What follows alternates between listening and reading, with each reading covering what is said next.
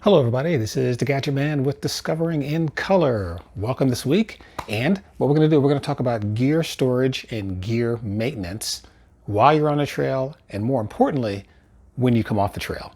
So once again, this is the channel that's here to show you just how much fun it is to have, or how easy it is to have a good time in the outdoors.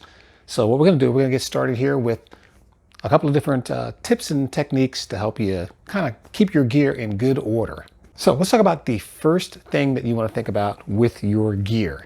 And we're going to talk about what is the number one enemy of all gear that you own. And that is moisture or water. When you're out on the trail, especially if you're anywhere east of Oklahoma, it's going to be wet.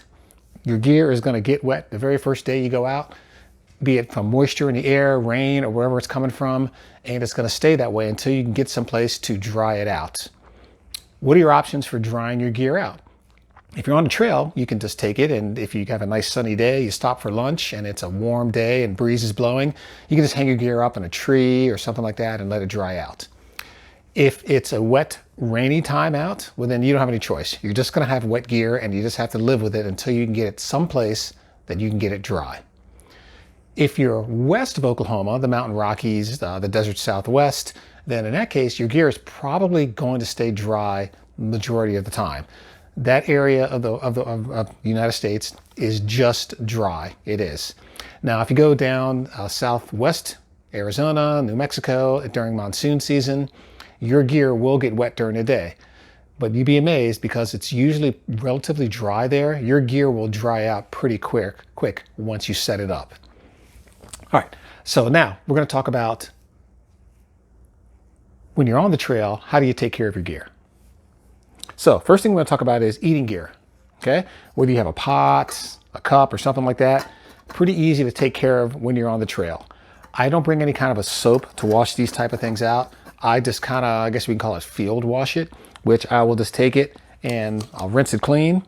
I do keep a little piece of yellow scrubby with me right here so that if there's any residue, those type of things in here, all you gotta do is just take it and you can just rub it out with this little scrubby. Very small, doesn't weigh a lot. Keep this clean. When it gets bad, you can just throw it away. So you can buy a patch of these little Scotch Guard things for, not very much. You just cut off a little section like this, take it with you. And now you have a nice little way to clean out your pots. And pretty much what I do is I just rinse them. Because when I eat them the next day, I like to cook my food. So if there's anything in there that's not really good, I'm gonna cook with this. It's gonna kill any type of germs or those type of things. Next thing I wanna talk about is electronics. Now, when you take electronics, such as this and this, out there, these are pretty much sealed and they're gonna stay waterproof. But what about when you come off the trail? Well, when I come off the trail, I like to take my gear, open it up, and I like to take the batteries out. Okay, and the reason is because, especially if you're gonna be like, these are the winter months when I'm not doing a whole lot of camping or backpacking, what you wanna do is, by taking everything out of here, those batteries won't go bad, because if for some reason they do go bad, or if you've used them all season long and haven't quite taken them all the way down, there could be a little bit of current leakage and those type of things going on inside of here, and those batteries may leak. And you don't wanna open this thing up after it's been sitting for a month or 2 or 3, because you just haven't done anything in the winter time, only to find out that the batteries have gone bad and leaked all over the inside of your nice, expensive gear. So that's what I do with batteries. For these right here that don't have removable batteries, all I do is just leave them the way they are. I do check to make sure they're charged, because these things sitting on the shelf for 2 or 3 months will tend to lose their charge. All right, next let's talk about fuel when you're camping. When you're camping, backpacking, it's obvious what you do. You take it and keep it with you. Now, what about when you're done? And this is where the important part comes into place. What you don't want to do is take this and put it inside of a closet or some type of a closed container where any vapors that may leak from this, it's just not a good thing. Any kind of spark could set those off. So I usually keep this in an open area on top of a shelf, or I may put it out in the garage or something like that. It's just a safe way of storing these gas canisters right here. If you take liquid fuel, this right here, I pretty much use the same precautions. I keep it in an area that's open, perhaps a garage, or if I do have it upstairs, I don't have it in a closet. It's sitting out on an open shelf. Because this one actually carries liquid. This is alcohol right here. And it's not hard. All of a sudden, if something happens and you twist it and the stuff leaks out, and you don't want to get that stuff all over everywhere. So take care of your fuel and keep it someplace safe when you're not using it. Okay, let's talk about your sleeping gear.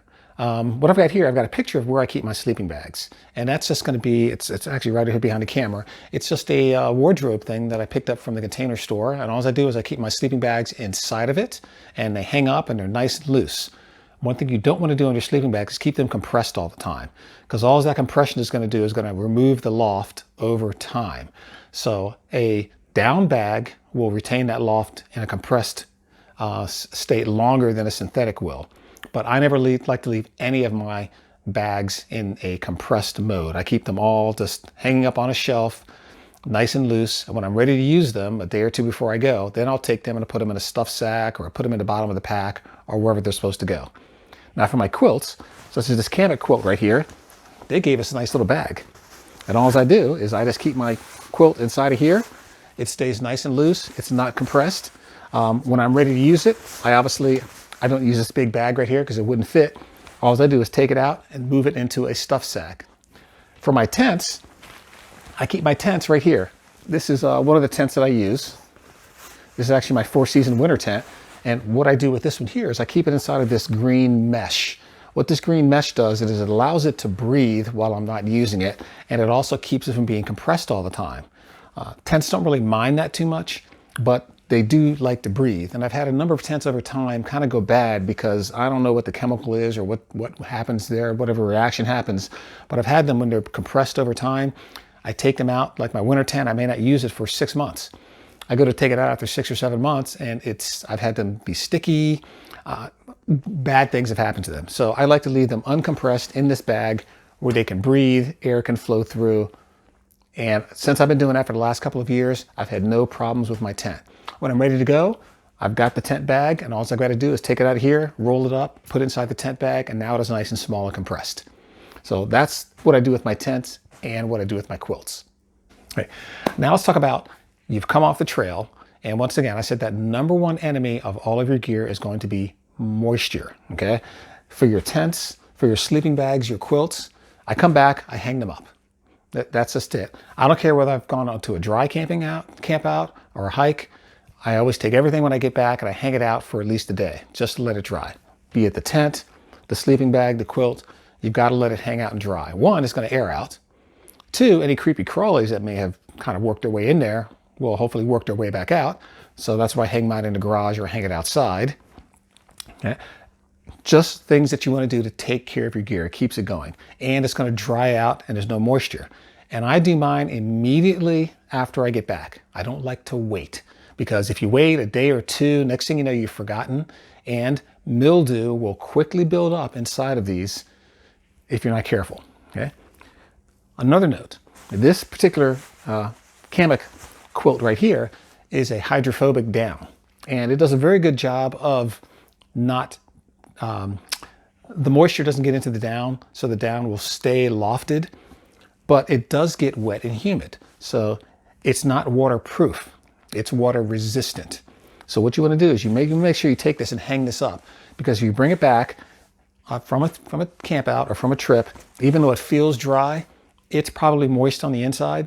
Take it and hang it up, let it dry out inside of a controlled environment, and you're good to go. And you can also do that on the trail. If you slept in it all night long, you probably sweated, those type of things have gone on. And when you get to your next destination, if you get there early, take it, hang it up, let it dry out some. Because if you don't do that, 1, the moisture that's inside is going to stay inside, and more moisture is going to build up from you sleeping that night. 2, it also allows it to kind of loft up and get nice and soft and cozy again. So taking care of your gear, #1 priority. Now, if you get somewhere that's raining, you can't do that. But if it's not raining, you can do all those type of things. Okay. Now, the final thing is, where do you put your gear when you're done? Well, that all depends on where you live. How much space do you have? Okay. Upstairs, this is my upstairs room. I keep all of my camping gear in. I've got a couple of pictures here I'll show you where I have my packs hung up. And I've got a closet that I use over there to keep stuff in. And I've got a place where I keep my sleeping bags. Those are hung up, as well as a place to keep just miscellaneous junk that I have laying around. If you have that space, that's great. But I highly recommend that you don't put your camping gear in your attic, or if you have a very hot garage, don't leave it in your garage, because you're going to be susceptible to things like dry rot if you leave it up in the attic. I've lost a couple of tents like that. I had a tent. I had it up there for a year and a half. I didn't use it. Went to take it out to use it, and it pretty much dry rotted.